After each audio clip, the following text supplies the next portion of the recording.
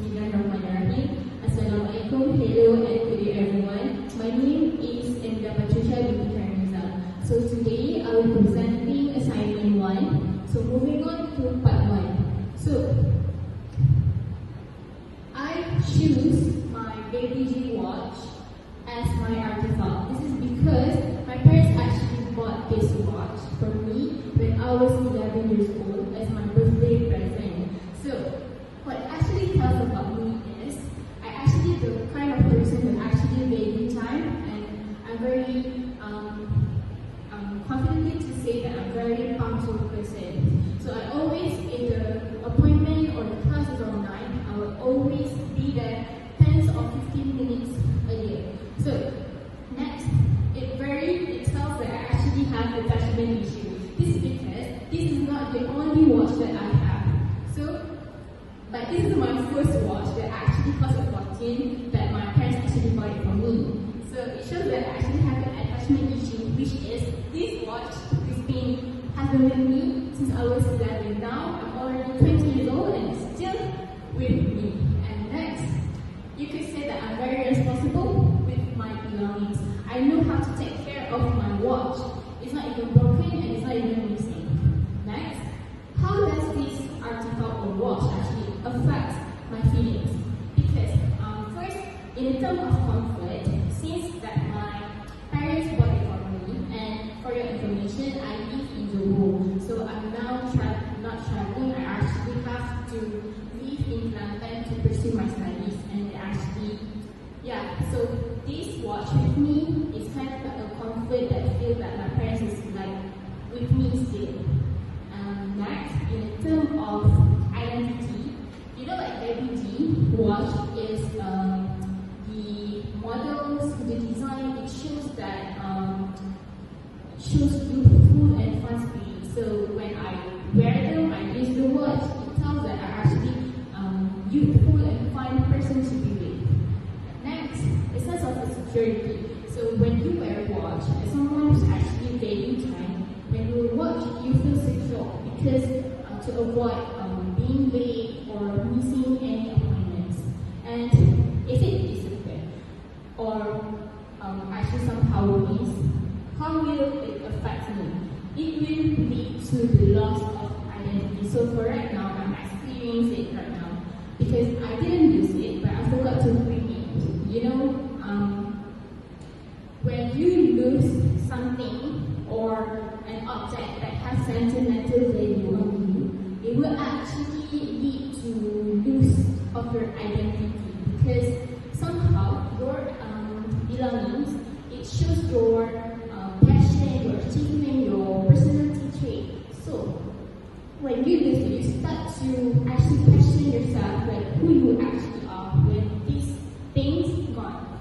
Next, yes, I very feel uneasy and anxious all the time about the time because I'm always anxious that I might be late or missing any classes or appointments. And yes, it affects my overall comfort and sense of belonging. Okay. Alright, next, moving on to the environment part. So I choose this my room back in Johor. So what does my room actually tell about me? So my room, you can see it's quite quiet, cozy. This is because I care about my peace and my personal space. And next, you can see that it's organized and minimal. This is also because I value my mental clarity. Because I didn't actually share my room with my siblings because I don't like people invade my privacy. So that actually tells what kind of person I am, and that actually tells a lot about me. And moving on to how this room or environment actually affects my feelings. So as you know, everyone's room is actually someone's comfort place, and this actually makes me calm because I'm in my comfort zone where I can be vulnerable, I can cry, I can recharge actually peacefully. So if you want to compare situation like when I was in my room back in Johor and my room in IBS, you know there's a to actually have your own privacy or actually be vulnerable there. Then, yes, I do. It actually makes me feel like myself. And if this somehow I have to change or I have to move, what will happen to me?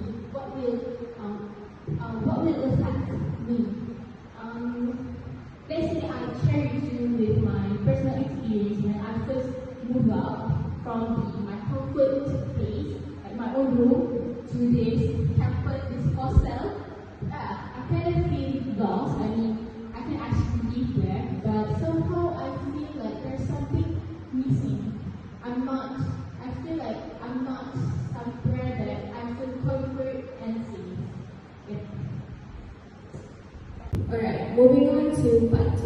Okay, so this moment experience happened to me when I was 16. So my mom always told me to actually cut my nails properly, but of course I didn't listen. I mean, I did listen, but I didn't actually listen effectively or actually listen mindfully.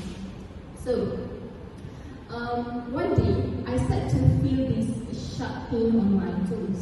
You know, my mom always said to me not to cut it too short or too straight across. But then I was like, yeah, whatever, just cut it. And then I feel like there is like sharp pain, and then maybe I just think that it's just a sore. But then when it's too late, I realized that I actually have fingernails that I actually have to go to the doctors in Johor Bahru because we need something. Then I had to perform minor surgery and also like use on it. Yeah, on both of my feet. And it also got stitches if you see here. So how this moment actually affected my life. I could not walk properly for 3 weeks and I have to wear slippers to school, and I couldn't attend school for 2 weeks because I have to run from Kota Tinggi to Johor Bahru the clinics 3 days, once in 3 days, to actually wash the wounds and everything.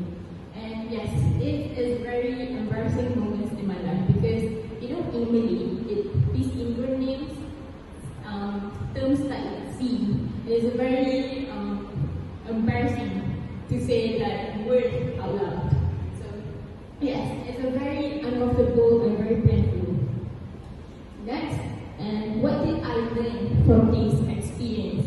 Yeah, that it is vital to actually listen to your mother. It's actually not just mother, just listen to people's advice and not to overlook simple things that you think simple, because the thing that is such small can actually be very big disaster in the future.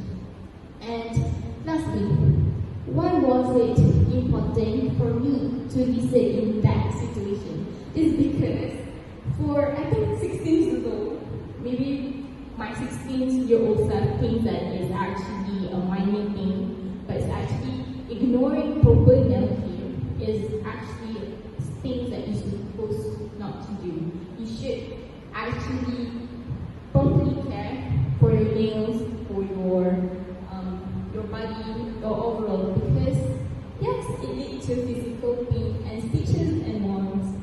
That's it. And I think that is all for me.